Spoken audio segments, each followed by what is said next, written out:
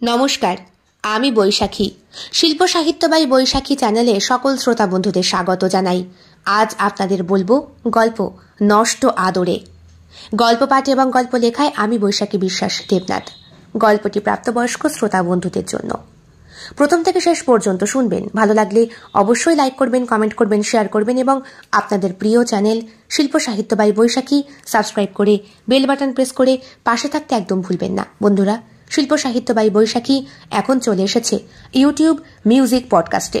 ইচ্ছে করলে আপনারা সেখান থেকেও গল্প শুনতে পারেন। আজ আপনাদের বলবো গল্প নষ্ট আদরে। আজকের গল্প পাঠ এবং গল্প লেখায় আমি বৈশাখী বিশ্বাস দেবনাথ। আজকের গল্পটি প্রাপ্তবয়স্ক শ্রোতা বন্ধুদের উদ্দেশ্যে। মালটা মরে গেছে? হ্যাঁ, একদম চুপ চুপ চুপ চুপ, একদম চিৎকার করবি না, আস্তে আস্তে শোন। হ্যাঁ, আমার খুব ভয় করছে রে। ভয়ের কি আছে, একদম কাল্লাস হয়ে গেছে। এবার কি করবি? কি আর করবো, নালায় ফেলে দেব। কিন্তু ওর বডি, মাথা, এইগুলো দেখলে তো সবাই বুঝে ফেলবে। কেউ কিচ্ছু বুঝবে না। তুই একটা বোকা, আর বোকাই রয়ে গেলি। যেরকম বলছি ঠিক সেই রকম ভাবে কাজ করলে কিচ্ছু হবে না।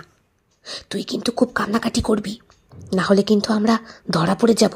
ঠিক আছে ঠিক আছে, কিন্তু আমি এখন বাড়ি ফিরবো কি করে? একে তো এই ঘুটঘুটে অন্ধকার, তারপরে অমাবস্যা।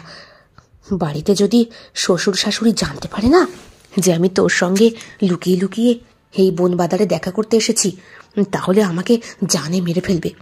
আরে বাবা, এত ভয় পেলে চলে? আমি তোকে বাড়ি পৌঁছে দিয়ে আসছি। তুই এত রাতে?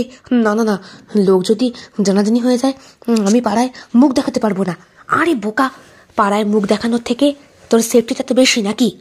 আমাকে দেখলে তোর শ্বশুর শাশুড়ি কিচ্ছু বলবে না, বরং আহ্লাদে আটখানা হয়ে যাবে। বুঝেছিস? ঠিক আছে, তুই সত্যি বলছিস তো? কোনো ভয় নেই? আরে কোনো ভয় নেই।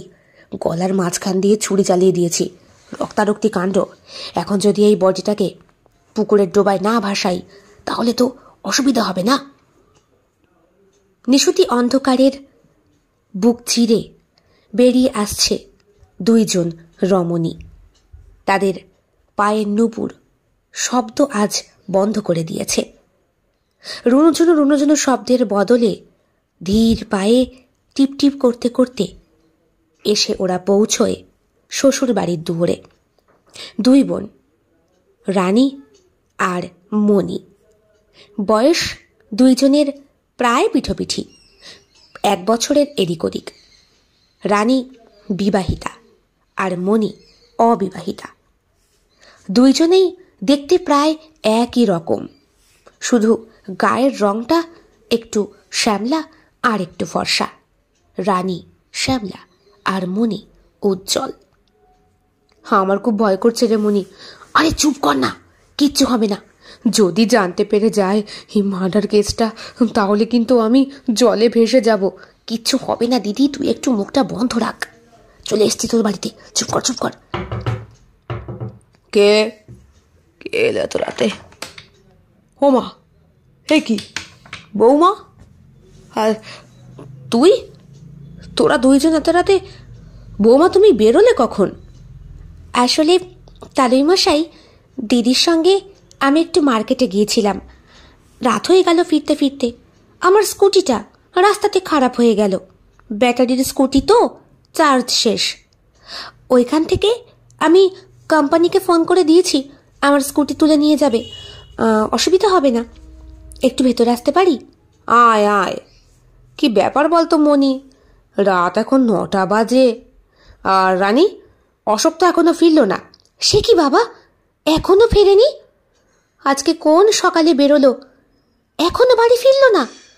আমাকে যে বলল সকাল সকাল কাজ সেরে আমাকে নিয়ে বেরোবে।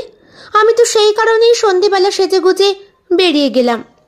মলে গিয়ে দেখি আমার বোন রয়েছে ওখানে। বোন বলল জামাইবাবু আসতে দেরি করবে, তুই চল তোকে বাড়ি ছেড়ে দিয়ে আসি। তাই তো, সে ভালো করেছ। তোমার শাশুড়ি মার বাতের ব্যথাটা একটু বেড়েছে, রাতের রান্নাবান্না কিছু করতে পারলো না। আমি তো খাবার অর্ডার দিয়ে দিয়েছি, চলে আসবে। তা মণি, খেয়ে যাস। আর স্কুটি যখন খারাপ হয়েছে আজকে আর বাড়ি যেতে হবে না, এখানেই থেকে যাস। ঠিক আছে তাহলে মশাই, তাই হবে। কিন্তু আপনি যে বললেন খাবার অর্ডার করেছেন, আমার হবে নাকি? হয়ে বেশি রে মা, ছেলেটা আদৌ বাড়ি আসবে কিনা কি জানি। এই হয়েছে এক, বিয়ের পর নতুন বৌমাটাকে রেখে রাতের পর রাত কি করে যে বাইরে কাটিয়ে আসে আমার বাপু মাথায় ঢোকে না। কি গো, মনি এসেছে? হ্যাঁ, আমি যাচ্ছি তাহলেই মশাই। মায়ইমার উঠতে হবে না, আমি মায়ইমা। হো, মণিমা, হায় বস। রানীমা কোথায়? এই তো মা, তুমি শুয়ে থাকো, আমি কাপড় চোপড় ছেড়ে হাত মুখ ধুয়ে দেখছি খাবার কখন আসে। আর বাবা, তোমাকেও বলি হারি, শুধু শুধু কেন খাবার অর্ডার করতে গেলে? আমি তো এসে দুটো ডাল চাল সিদ্ধ করে নিলেই পারতাম। এই খাবার অর্ডার করে খাও, আর কালকে থেকেই গ্যাসের ব্যথায় ভোগো। আমার রানীমা, তুই আমাকে যেভাবে শাসন করিস তাতে মনে হয় তুই আমার পেটের মেয়ে। ঠিক আছে, তাহলে এক কাজ কর, আমার তো গ্যাস অম্বল, আমার জন্যে ভাতে ভাত দুটো ফুটিয়ে দে, আর তোরা না হয় অর্ডার করা খাবারটা খাস। বৌমা, বুঝেছি, আর বলতে হবে না, তুমিও খাবে তো, তাই করছি। আইমনি, তুই মায়ের সাথে গল্প কর, আমি বরং রান্নাটা সেরে নিই। মিতালি দেবী আর অতনুবাবুর বিবাহের পূর্বে অতনুবাবুর আরও একটা বিয়ে হয়েছিল। সেই স্ত্রী আবার দুশ্চরিত্রা। বিয়ের কয় মাসের মধ্যেই পুত্র সন্তান গর্ভে আসে। সন্তান জন্মানোর পরই সেই ছেলেকে রেখে দিয়ে বউ পালিয়ে যায়। ছেলেকে একা মানুষ করতে পারতেন না অতনুবাবু, তাই ওনার শ্বশুর বাড়িতে রেখে এসেছিলেন। কিন্তু শরীরের চাহিদা বলেও তো মানুষের একটা বস্তু থাকে, তাই সেই চাহিদা পূরণ করার জন্যই দ্বিতীয় বিয়ের কথা ভেবেছিলেন। আবার দ্বিতীয় বউ মানে মাধবী দেবী সন্তান থাকলে ওনার কাছে আসতেন না, এটাই শর্ত দিয়েছিলেন। আর সেই শর্ত মেনেই বড় সন্তানকে নিজের শ্বশুরবাড়িতে রেখে বিয়ে করেছিলেন তিনি আবার মাধবী দেবীকে। হয়তো বড় সন্তানের চোখের জলের কারণেই মাধবী দেবীর এতগুলো সন্তান মৃত হওয়ার পরে অশোকের জন্ম হয়। তা এখন কি খবর? ভালোই চলছে। কোন ইয়ার? এই তো, এটাই তো লাস্ট ইয়ার। এরপরে আমাদের মনি ডাক্তার হবে, লেডি ডক্টর, তাই তো? কি যে বলো, বলতে বলতে কি ডাক্তার হওয়া যায় নাকি? পাশ করে কতকে বসে রয়েছে, প্র্যাকটিস করতে হবে না? তার জন্যে চেম্বার দরকার, অনেক টাকার দরকার। একেই আমাকে পড়াতে পড়াতে বাবার কত লাখ টাকা যে বেরিয়ে গেল। কেন, তুই স্কলারশিপ পেতিস, সে কি আর প্রত্যেক মাসে দিত নাকি? ও, তা এখন তাহলে কি করবি? দেখি রেজাল্ট আউট হোক। ইচ্ছে তো আছে অনেক ভালো রেজাল্ট করার, মন দিয়ে পড়াশোনা করছি, প্র্যাকটিসও করছি। হাতে নাতে যে আমাদের ওই সার্জিক্যাল মুভমেন্টগুলো শেখায়, সেগুলো ওই বডি কিনতেই তো প্রচুর টাকা লেগে যায়। বাহ, তাহলে কাটা ছেঁড়া এখন ভালো করতে পারছিস? হ্যাঁ হ্যাঁ, মোটামুটি শিখেছি। ওই ইঁদুর, তারপরে খরগোশ, খুব জোর হলে ব্যাঙ, ওটা কাটতে আমার খুব ঘৃণা করে। কিরে, শুধু গল্পই করবি, কিছু খাবি না? না রে দিদি, এখন আর কিছু খাবো না। তালই মশাই বললেন এসব খাবার অর্ডার করেছেন, ওই খেয়ে শটাং তোর ঘরে গিয়ে শুয়ে পড়বো। ও মা, সে কি, বৌমার ঘরে শুবি কেন রে? তুই আমার কাছে ঘুমো, তোর তালই মশাই বরং গেস্ট রুমে শুয়ে পড়বে। কি গো, পারবা তো?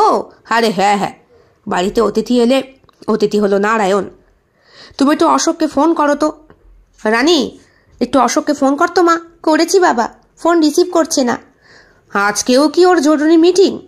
আসুক ছেলে বাড়ি, দেখি কবে আসে। এমন বকা বকবো, ওর প্রাইভেট মিটিং আমি ঘুচিয়ে দিয়ে ছাড়বো। বলছি বাবা, ওই ওর প্রভিডেন্ট ফান্ড আর সব মিলিয়ে একটা মোটা অঙ্কের টাকা ও যেন কি একটা করে রেখে গেছে, তোমরা কি জানো? হো, ইন্স্যুরেন্স, লাইফ ইন্স্যুরেন্স তোর করা আছে প্রত্যেক মাসে মাসে। আমাকে তো বলে না রে মা, তুই তো ওর বউ, তুই জানিস না?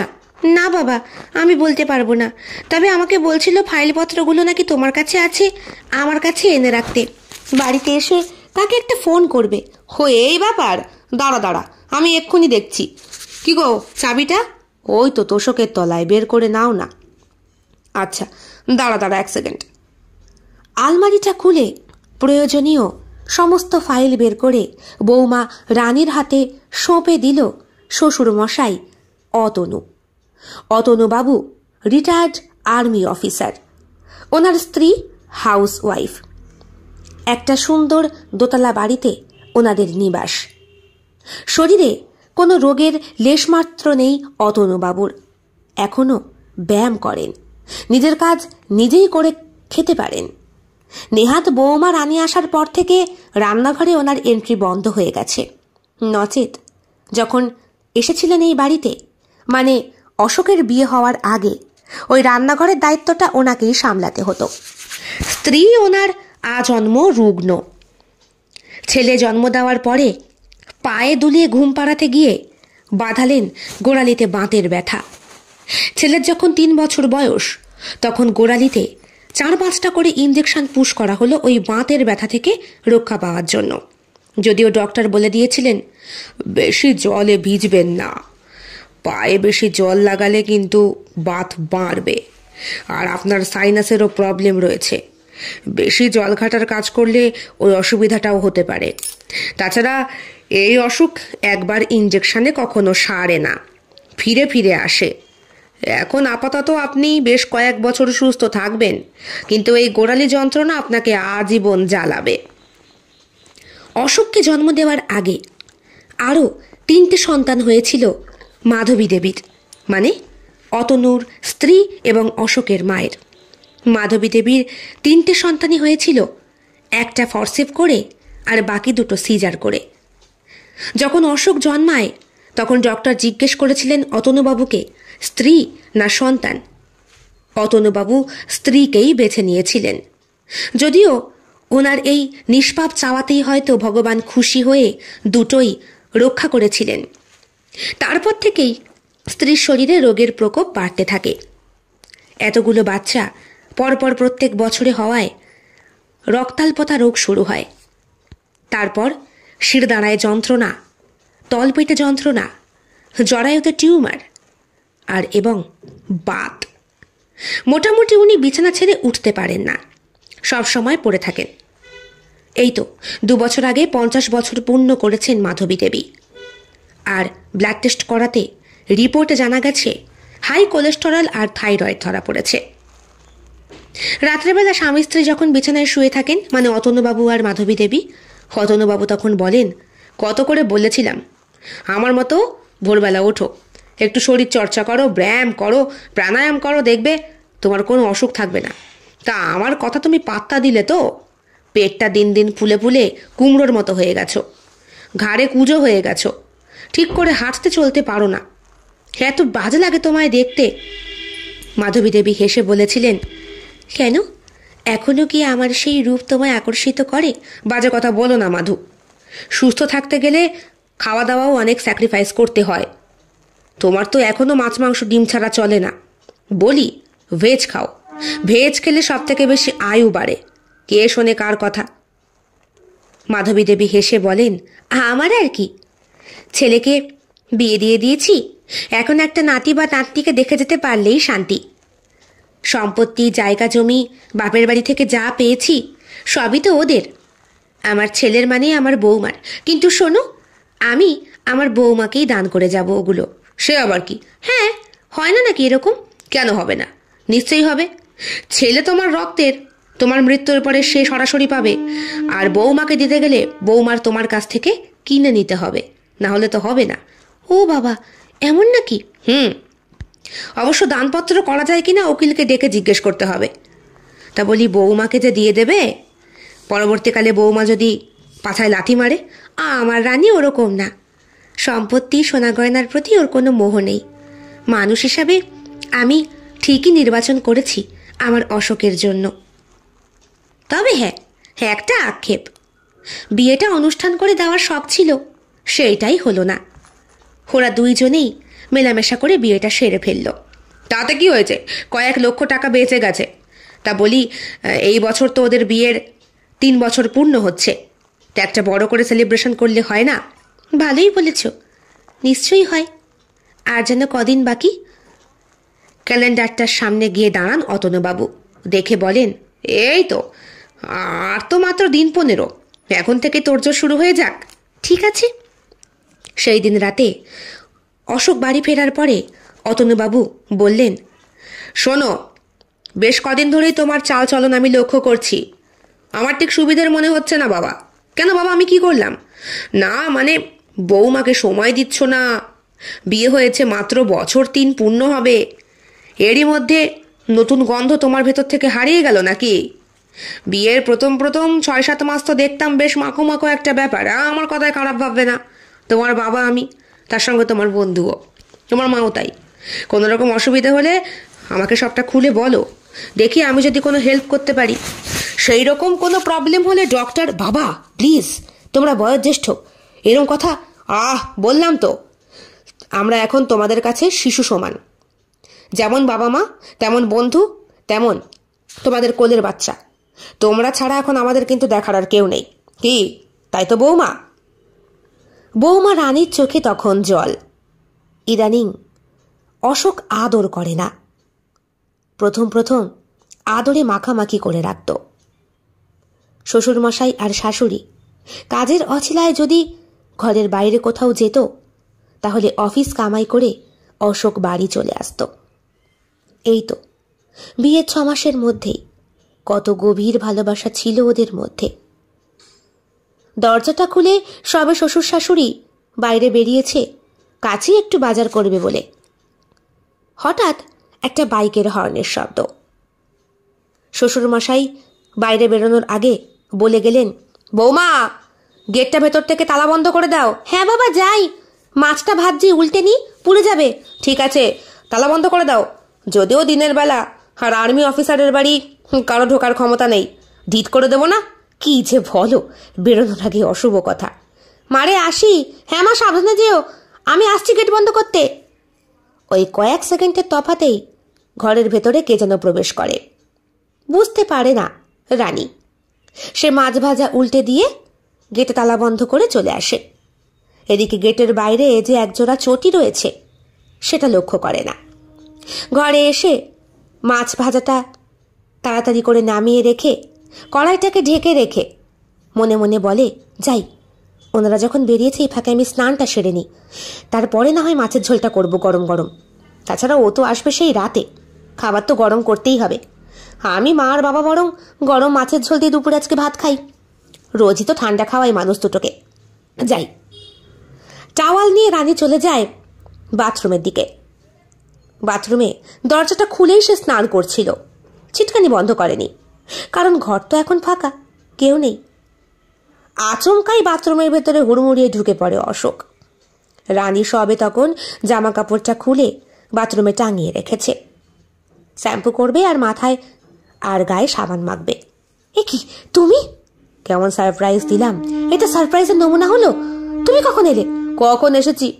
তা বলি, আমার বউটা তো বড্ড বেশি খামখেয়ালি। গেটটা যে বন্ধ করলে তখন বাইরে যে একজোড়া বুট রয়েছে, খেয়াল করলে না? ইস, তুমি তখন থেকে এসে ঘরে বসে আছো? এদিক ওদিকে তোমাকে লক্ষ্য করছিলাম। কি লক্ষ্য করছিলে?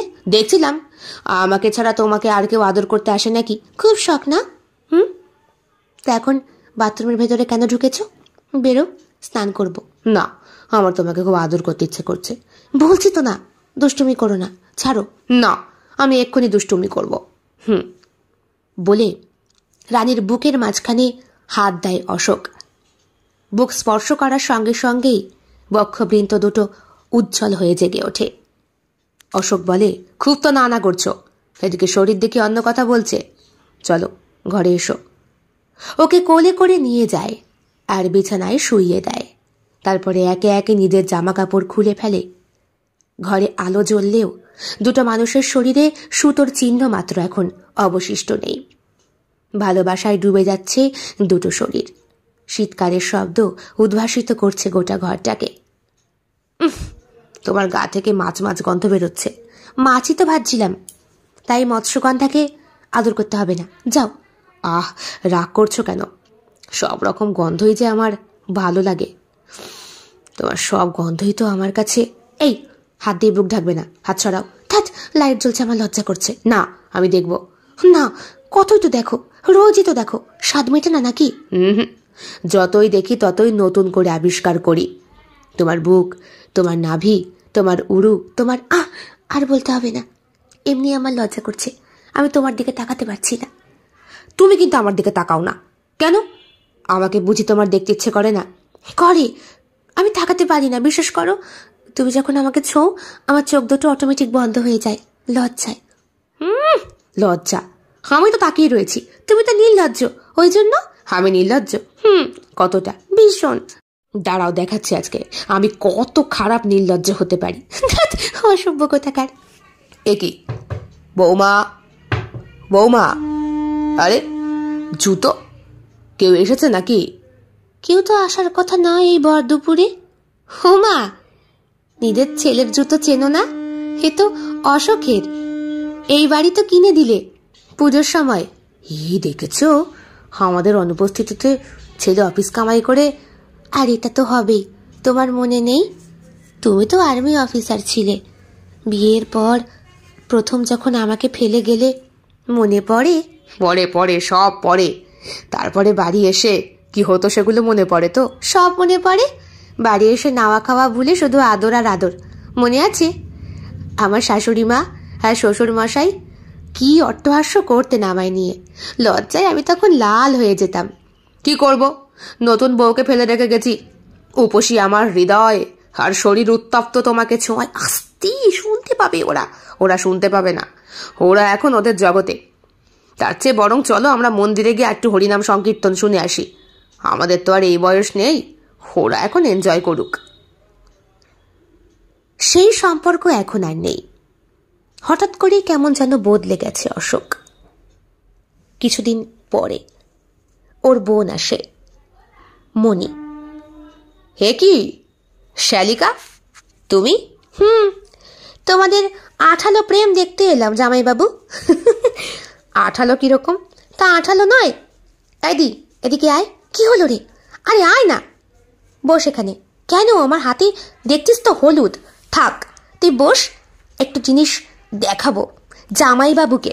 কি দেখাবি? আরে বস না। দেখেছো মেয়েটা কি জ্বালায়? নে। আঁচলটা সরিয়ে দেয় মণি দিদির বুকের ওপর থেকে। অশোক সবে অফিস থেকে বাড়ি ফিরেছে, সন্ধ্যে তখন 7:30।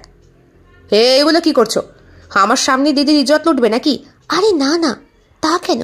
দিদির ইজ্জত তো প্রত্যেকদিন রাতে তুমি লুটে লুটে শেষ করে দিলে। আর কি বলছি সেগুলো? আমার লজ্জা করে না?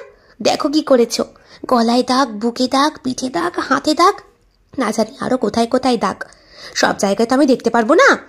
তা বলি, এত আদর করতে ইচ্ছে করে? অফিস কামাই করে আসতে হয়। আমি অফিস কামাই করে এসছি, তুমি কি করে জানলে? হোমা, জানবো না? ভর দুপুরে কলেজ থেকে ফিরছি, দেখি তালই মশাই আর মায়ই মা বসে রয়েছে মন্দির চত্বরে একা একা। কিরকম ব্যাপার হলো? স্কুটি নিয়ে দাঁড়িয়ে পড়লাম। জিজ্ঞেস করলাম, আপনারা এখানে কেন?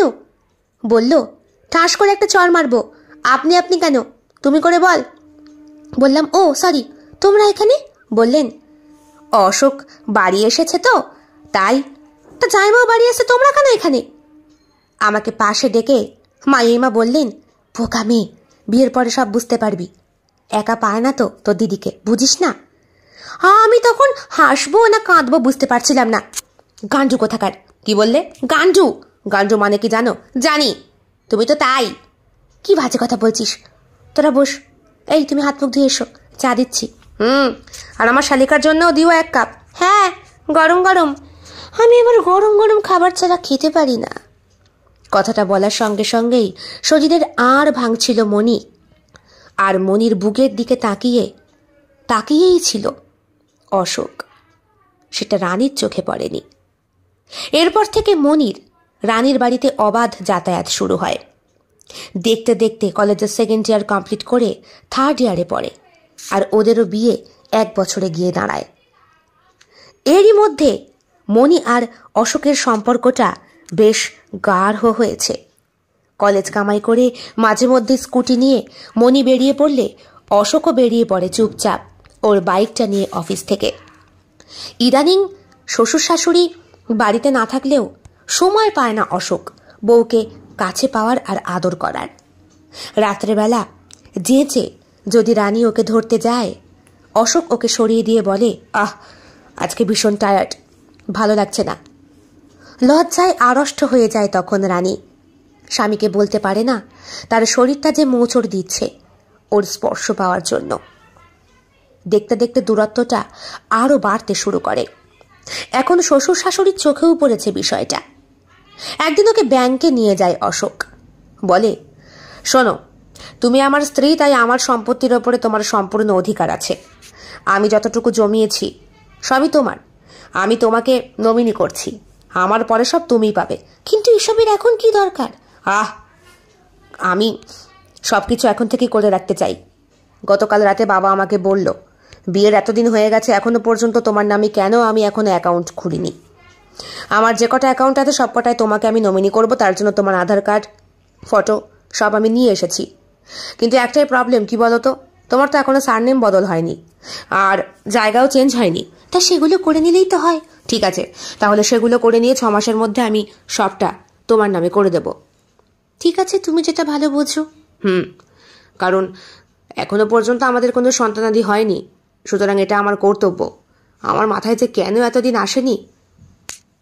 তখন রানী বলেছিল, আমি শুধু তোমাকে ভালোবাসতে চাই, এর বেশি কিছু।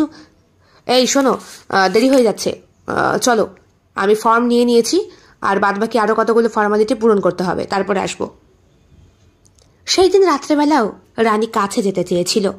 বলেছে, দেখছো না আমি ফর্ম ফিল আপ করছি, কেন ডিস্টার্ব করছো? তুমি এমন কেন করো অশোক? আমাকে কি তোমার আর পছন্দ হয় না?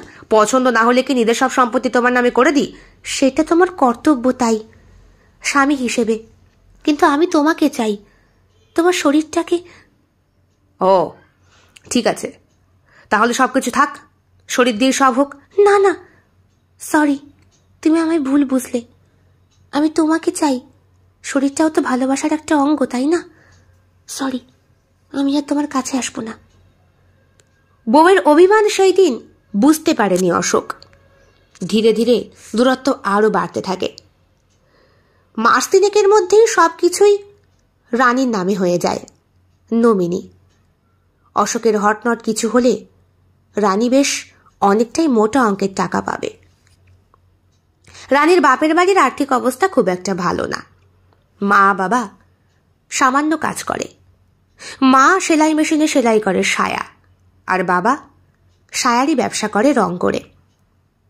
যেই দিন প্রথম রানীর সঙ্গে অশোকের কলেজে সাক্ষাৎ হলো, সেই দিন থেকেই ওদের ভালোবাসা গভীর প্রণয়ে গড়াতে শুরু করে।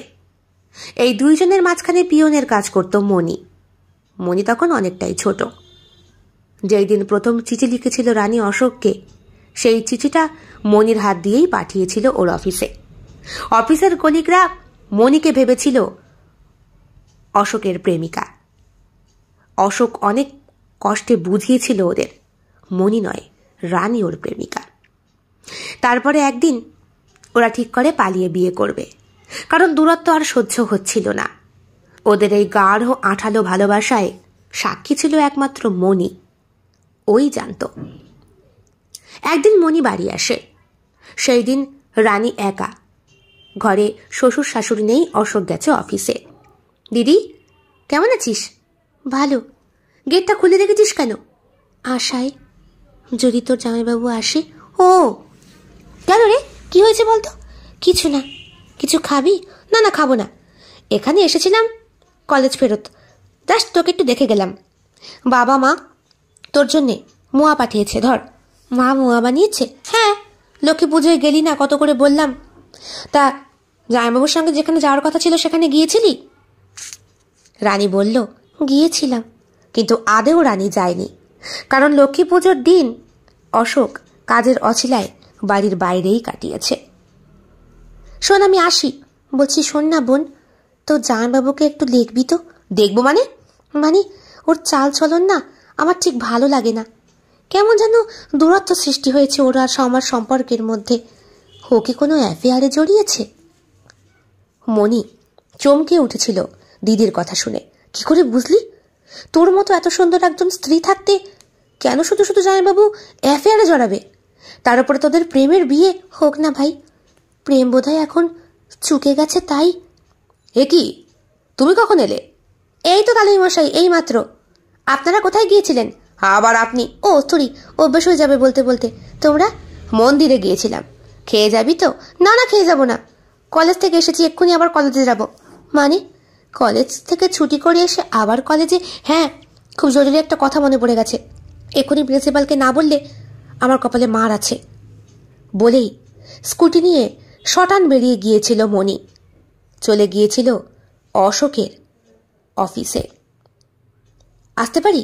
এ কি, এইমাত্র তো গেলে, কি হয়েছে? একটা খুব বিপদ হয়ে গেছে জামাইবাবু। মানে দিদি সন্দেহ করছে তোমাকে। তুমি কি দিদির সঙ্গে এখন আর ভালো করে সময় কাটাও না? না মানে কি? আমি তো বলেছি আমি তোমার উপরি পাও না। তুমি শুধু শুধু কেন বৈবাহিক জীবনটাকে নষ্ট করছো? তুমি বুঝতে পারছো না মণি, তোমার মধ্যে যা আছে তোমার দিদির মধ্যে তা নেই। মানে দিদি আর আমি একই রকম, একই মায়ের পেটের বোন। দিদির মধ্যে যা নেই আমার মধ্যে তাই আছে। সেটা কি? গায়ের রং। আরে জামাইবাবু, এখনকার দিনে সব চলে না। দিদির সঙ্গে প্রেম করতে গিয়ে তুমি ওর শরীরটাকে দেখেছিলে কি? না, তখন ওর মনটাকে দেখেছিলাম, কিন্তু তোমার শরীরটাকে পাওয়ার পর থেকেই আমার মনের প্রতি ভালোবাসা উঠে গেছে। তোমাকে একদিনও কাছে না পেলে আমার যে শান্তি হয় না। এই মাত্রই তো একসঙ্গে কাটিয়ে আসলাম। এখন এসব কথা অফিসের কেউ শুনতে পেলে? পাক, সবাই শুনতে পাক। আমি এখন পুরো বিশ্বকে বলতে চাই আমি তোমাকে ভালোবাসি। আমি রানীকে ডিভোর্স দেব। না, খবরদার। দিদির সমস্ত সম্পত্তি তুমি দিদির নামে করে দিয়েছো। তোমার মৃত্যুর পরে নমিনি কিন্তু দিদি, মাথায় রেখো। তাহলে এখন আমি কি করব? কি করবে? যেমন চলছে চলুক না। আমি তো তোমার উপরি, ওটা কাউকে বলো না। কিন্তু এইভাবে কদিন? আমি যে তোমাকে ছাড়া দুষ্টু কোথাকার। আজকে সন্ধ্যেবেলাও মিট করব, ইচ্ছে পূরণ করে দেব। কিন্তু খবরদার, দিদিকেও গিয়ে আদর করবে। তুমি কেন বোঝো না মনি? তোমাকে ভালোবাসতে বাসতে আমার শরীরের সমস্ত এনার্জি ফুরিয়ে যায়। রানী আমার পাশে বসে থাকলেও আমি তোমার গন্ধ পাই। সেই গন্ধেই করবে। আদর করতে গিয়ে আমাকে মনে করবে, তাহলেই তো হয় সোনা। মনির আর অশোকের সম্পর্কটা এত দূর যে গড়িয়েছে, রানী বা তার শ্বশুর শাশুড়ি এবং রানীর বাবা মা কেউই বুঝে উঠতে পারেনি। একদিন মনি বায়না করেছিল জামাইবাবুর মোটরসাইকেলে করে কলেজ যাবে। ইচ্ছে করেই নিজের বুকের স্পর্শ দিয়েছিল জামাইবাবুকে, আর সেই থেকেই জামাইবাবু ওর শরীরটার প্রতি আকৃষ্ট হয়ে পড়ে। বাড়ি পৌঁছানোর সময় ক্যাফেটেরিয়া থেকে ঘুরে আসলে হয় না? নিশ্চয়ই জামাইবাবু। তুমি আসবে তো নিতে? হ্যাঁ, আমি আসবো। দিদিকে কিন্তু বলো না। কেন? দিদি জানলে কি হবে? তোমার আমার সঙ্গে একটু প্রাইভেট কথা হবে, সেখানে তোমার দিদিকে বলার কি আছে? ঠিক আছে, বলবো না। মনিও একটা সুযোগ পেয়ে গিয়েছিল। এরপর থেকে ওর পড়াশোনার বেশিরভাগ খরচটাই কিন্তু অশোক চালায়, গোপনে, কেউ জানতে পারে না। তবে সবকিছু নিষিদ্ধ কর্মরই একটা বোধহয় শেষ আছে। মনের দুঃখে বাপের বাড়ি বেড়াতে আসে রানী। বিয়ের পরে মেয়েটা বাবা মাকে প্রায় ভুলেই গিয়েছিল।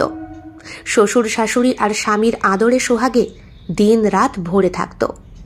কিন্তু স্বামীর কাছ থেকে অবহেলা পাওয়া মাত্রই শ্বশুর শাশুড়ির ভালোবাসা ওর কাছে তুচ্ছ হতে শুরু করে। কিরে মা, মুখ বেজার করে বসে আছিস কেন? অশোক আসেনি? না মা, ওর অফিসে কাজ আর কাজ। আমাকে সময় দেওয়ার সুযোগ কোথায় ওর? এমন কথা কেন বলছিস? কাজ না করলে, টাকা ইনকাম না হলে সংসার চলবে বল? সবই কি টাকার জন্য হয় মা? হয়তো। তোর বোনের ফাইনাল ইয়ারটা আদেও চালাতে পারবো কিনা জানি না। কেন? ওর স্কলারশিপ? ওতে কি আর হয় রে? তাও তো কিছু দিতে হয়। এমনিতেই কয়েক লাখ বেরিয়ে গেছে। বডি কিনতে হয়, কাটাছেঁড়া করতে হয়। ডাক্তারি পড়া মানে চারটিখানি কথা না। তুই তো কলেজ পাশ করেই পালিয়ে গেলি, তোর পেছনে আমার টাকাই ঢালতে হলো না। কিন্তু ওর ইচ্ছা ডাক্তার হবে, টাকাও ঢালতে হচ্ছে আমার। কি যে করব? বাবা মার মুখে আর্থিক দুর্বলতার কথা শুনে রানী বোধহয় সাহস পেল না এই কথাটা বলতে যে, মা, আমি অশোককে ডিভোর্স দিতে চাই। ডিভোর্সের পরে ও থাকবে কার কাছে? তবে সেই দিন রাত্রিবেলা সবকিছুর সীমা পার করে গিয়েছিল অশোক। সারা রাত বাড়ি ফেরেনি। এরপর থেকে একদিন, দুদিন, 3 দিন অশোকের বাড়ি না ফেরার পরিমাণ বাড়তে থাকে। অন্যদিকে মণি বাড়ি ছেড়ে হোস্টেলে থাকা শুরু করে। পড়াশোনার জন্য নাকি হোস্টেলটাই আদর্শ। আসলে কিছুই না। রাত্রেবেলা দুইজনে কোনো হোটেলে নিষিদ্ধ ঘরে নিষিদ্ধ রজনী যাপন করত। অনেক রাত হয়ে গেল বৌমা, ছেলেটা এখনো বাড়ি ফিরল না। আমরা তো প্ল্যান করলাম দিন 15 পরে তোমাদের বিবাহবার্ষিকীর অনুষ্ঠান করব ধুমধাম করে। তো রাতে আবার বোধহয় ও এসেছে। তুমি বসো, আমি গিয়ে খুলছি। এ কি ইন্সপেক্টর, আপনি?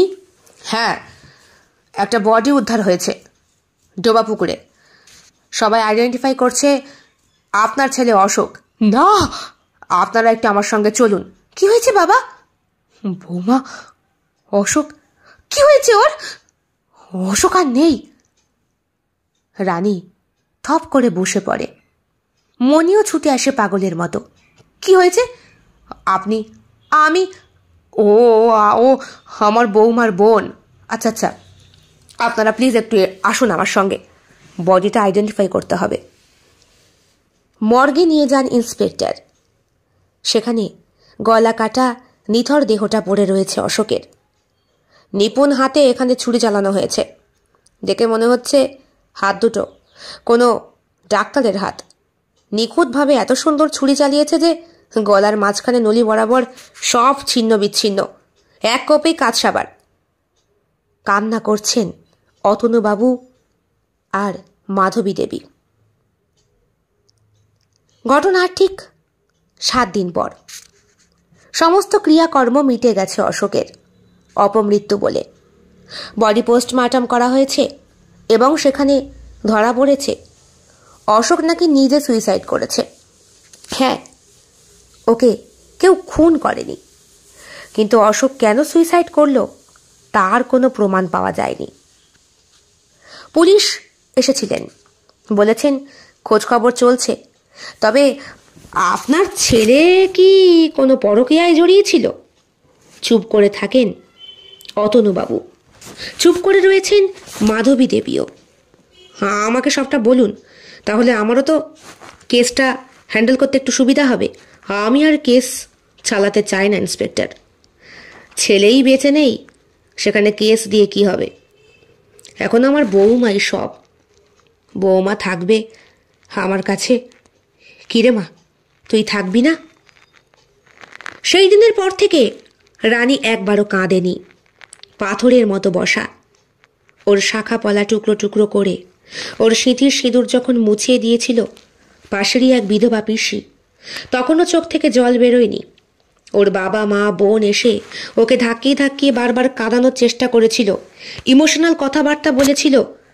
একজন ডাক্তারকেও ডাকা হয়েছিল। তিনি বলেছিলেন পেশেন্টের কান্না করাটা এখন দরকার। ওর ভেতরে ভেতরে কিন্তু গুমড়ে মরছে, বাইরে প্রকাশ করতে পারছে না। মানসিক দিক থেকে কোনোদিন অসুস্থ হয়ে পড়বে। এরকম পেশেন্ট নিয়ে আমাদের খুব ঝামেলায় পড়তে হয়। আপনারা আপনাদের ছেলের স্মৃতি ওর সামনে বারবার বলুন, যাতে ও একটু বুক ফাটা কান্না করে। না হলে রানীর চেহারা এই কদিনের মধ্যে অনেক খারাপ হয়ে গেছে। কালো বর্ণের মধ্যেও একটা লাবণ্য ছিল, সেই সব এখন আর নেই। হ্যাঁ, আমার ছেলে বোধহয় পরকীয়ায় জড়িয়েছিল ইন্সপেক্টর, তবে সেই পরকীয়াই আমার ছেলের জীবনের কাল। হয়তো ওই মেয়ে ছেলের জন্যই সে আত্মহত্যা করেছে, এমন কিছু করে ফেলেছিল হয়তো। আপনারা কাউকে সন্দেহ করেন? কাকে সন্দেহ করব? বিয়ের পরে বৌমাকে খুব ভালোবাসত। এই যে আমার বৌমা রানী, আর ওই যে ওর বোন মণি, দুইজনই খুব ভালো, দুইজনই শিক্ষিত। মণি তো ডাক্তারি করছে। কি করছে? ডাক্তারি, ফাইনাল ইয়ার। ও আচ্ছা আচ্ছা। আপনি? আর সার্জিক্যাল ডক্টর। কোন ডিপার্টমেন্ট? মানে যদি একটু খুলে বলেন। ওসব কথা এখন থাক না ইন্সপেক্টর।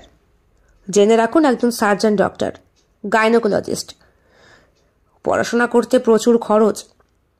ওর বাবা মা ভীষণ রকম আত্মকেন্দ্রিক, আত্মসম্মান প্রবণ।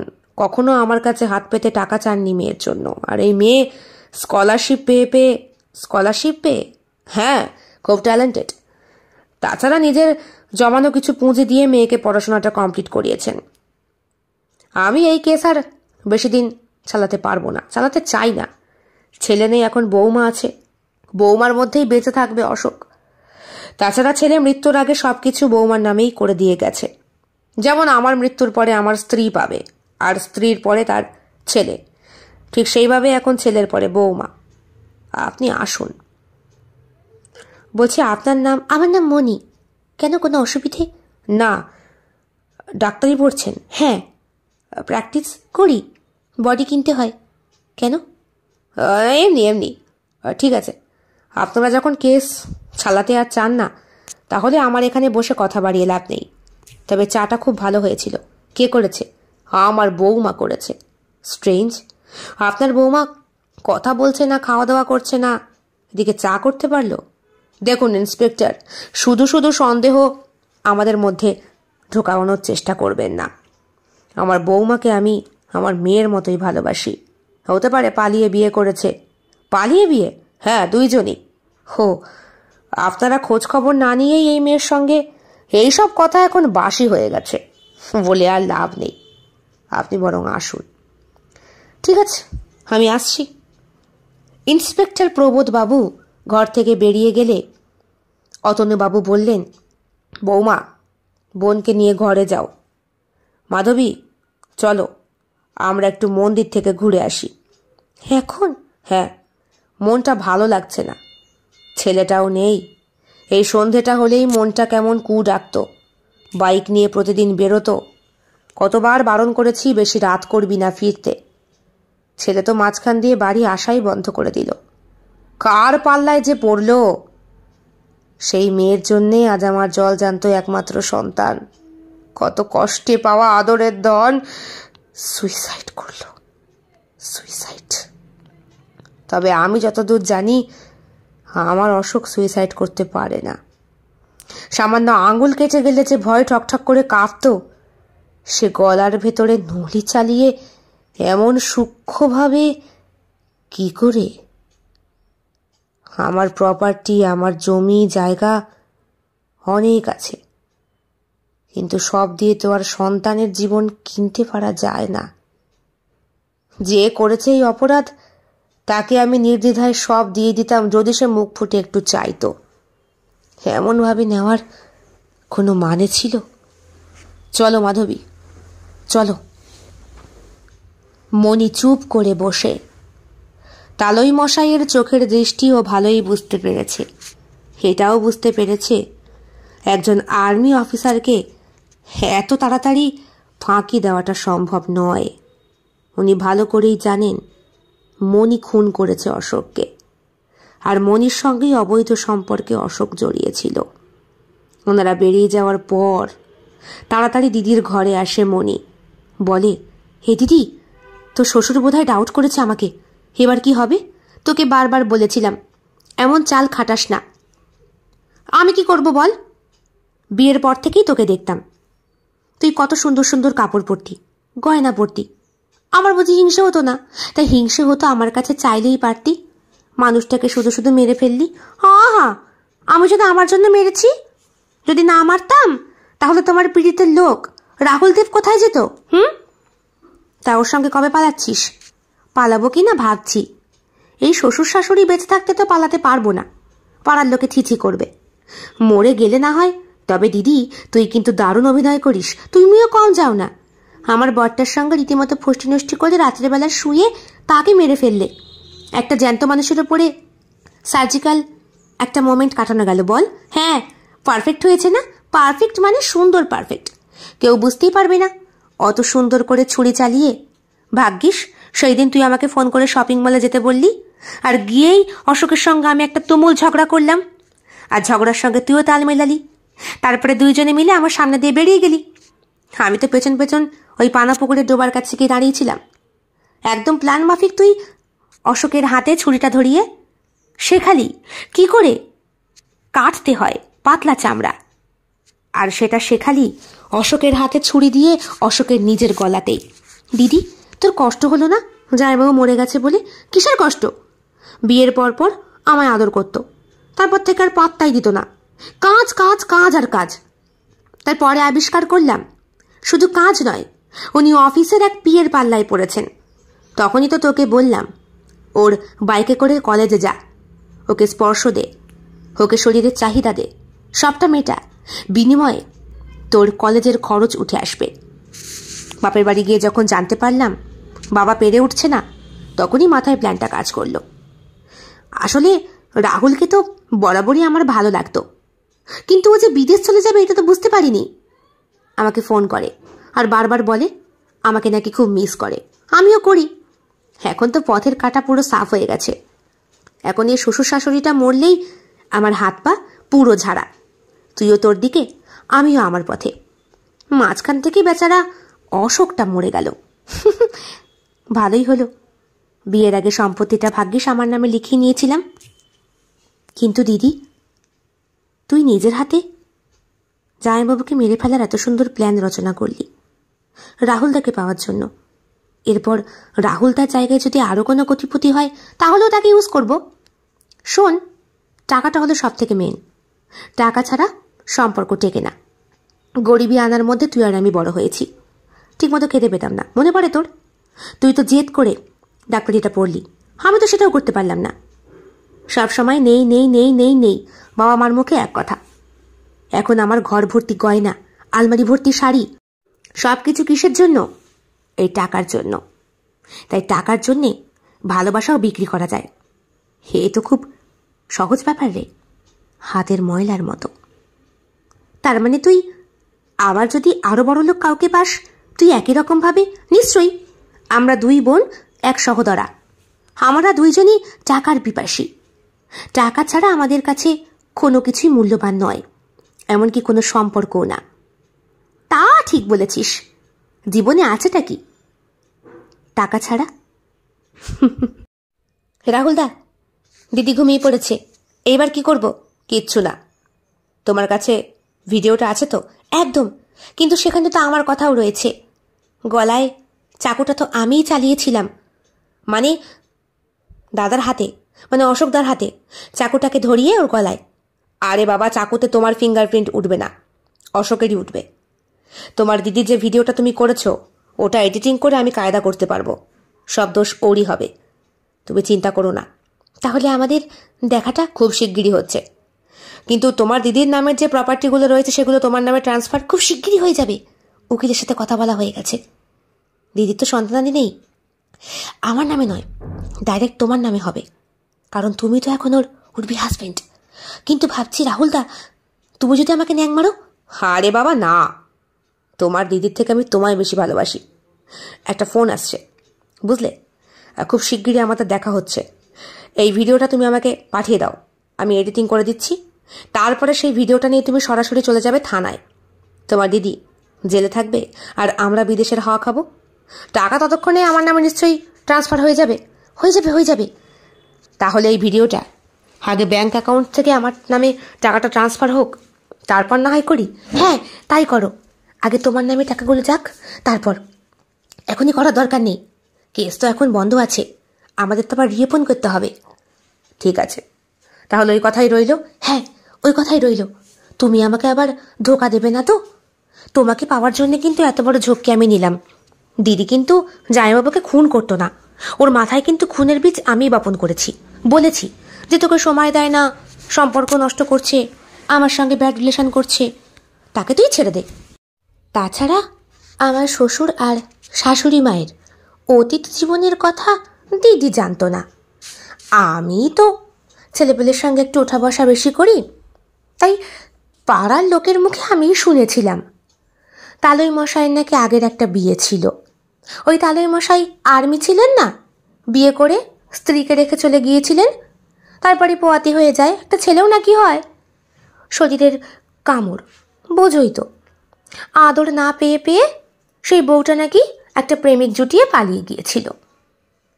অশোকদার সম্পর্কে সেরকম একটা খারাপ ধারণা দিদির মনে প্রবেশ করাতে আমার খুব একটা সময় লাগেনি। অশোকদাও সময় দিত না। দিদি নাকি কোথা থেকে আবিষ্কার করেছিল কি পিয়ে একটা এ দিয়ে নাম, তার পাল্লায় পড়ে নাকি অশোকদা এরকম হয়ে গেছে। আসলেও কিন্তু সেই সব কিছুই ছিল না। অশোকদার সঙ্গে আমি সম্পর্কে আগে জড়াই। দিদির মনে বিশ্বাসটা ঢোকাতে একটু সময় লেগেছিল, তবে আমার ভোলাভালা দিদি আমার আদরে ভুলে গিয়েছিল। তোর জন্য একটা খুব ভালো ছেলে আছে, আমি তো ছবি দেখিয়েছিলাম তোমার। তারপরে দিদি প্রেমে পড়ে গেল, কিন্তু তুমি যে আমার সেটা আমি বলিনি। ওই যে টাকা না হলে কি করে হবে?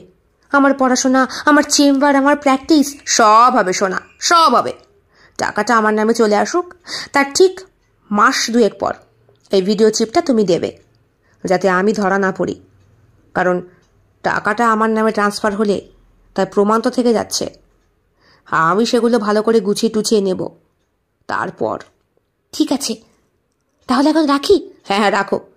আমাদের সম্পর্কের কথা যেন কাকপক্ষেও টের না পায়। ঠিক আছে রাহুলদা, রাখলাম। হ্যালো। হ্যাঁ হ্যাঁ আশা, আশায় বুক বেঁধেছে যখন সব হবে। টাকার জোগাড় হয়ে গেছে। আমি খুব শিগগিরই তোমার কাছে আসছি। হ্যাঁ, ওই 2 বোনকে জেলের ঘানি না টানিয়ে তো আমি ছাড়বো না। যতই হোক অশোক আমার জিগরি দোস্ত ছিল, ওর বাবা মাকে দেখার দায়িত্বটা তো আমাকেই পালন করতে হবে, কারণ আমি ওর সৎ দাদা। মামার বাড়ির সম্পত্তি পাবো বলে আমার বাপ সালা আমাকে একটা টাকা দিয়ে যায়নি, সব নিজের এই ছেলের নামে দিয়ে গেছে।